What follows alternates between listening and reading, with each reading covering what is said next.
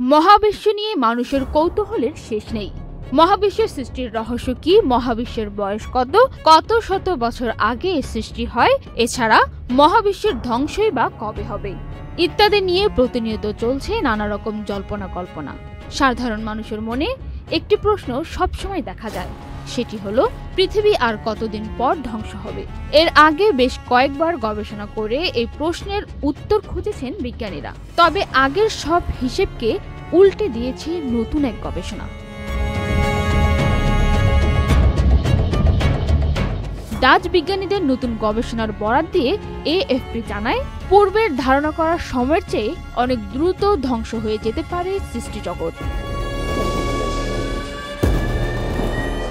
1970 দশকের পদার্থবিদ Stephen Hawking এর তথ্যমতে মহাবিশ্বের বিভিন্ন বস্তু ধীরে ধীরে হকিং রেডিয়েশনের মাধ্যমে বিলীন হয়ে যাচ্ছে। হকিং রেডিয়েশন হলো একটি কোয়ান্টাম বিকিরণ, যেখানে কৃষ্ণ গহ্বর থেকে কিছু কণা বিকিরিত হয়ে ইভেন্ট হরাইজনের বাইরে চলে যায়।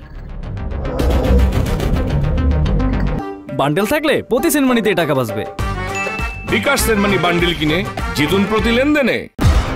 কিন্তু নতুন গবেষণায় উঠে এসেছে, শুধু কৃষ্ণ গহ্বরে নয়, বরং অন্যান্য বিভিন্ন বস্তু হকিং রেডিয়েশনের নামে প্রক্রিয়ার মাধ্যমে বাষ্পীভূত হতে পারে। মহাবিশ্বের মৃত্যু ঘটবে 10⁻১,100 বছর পর, তবে এখন বলা হচ্ছে এই সময় কমে দাঁড়াতে পারে 10⁻68 বছরে।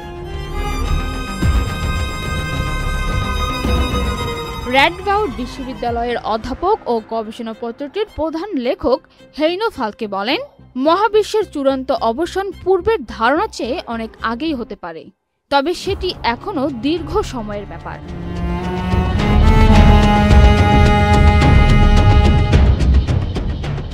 গবেষণায় দেখা গেছে, সবচেয়ে বেশি সময় টিকে থাকা বস্তু যেমন সেট বামন, সেগুলো এক সময়ে হকিং রেডিয়েশনের মাধ্যমে সম্পূর্ণ বিলীন হবে।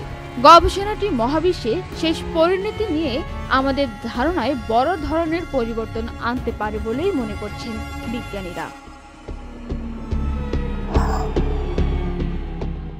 পান্না আক্তার, চ্যানেল আই।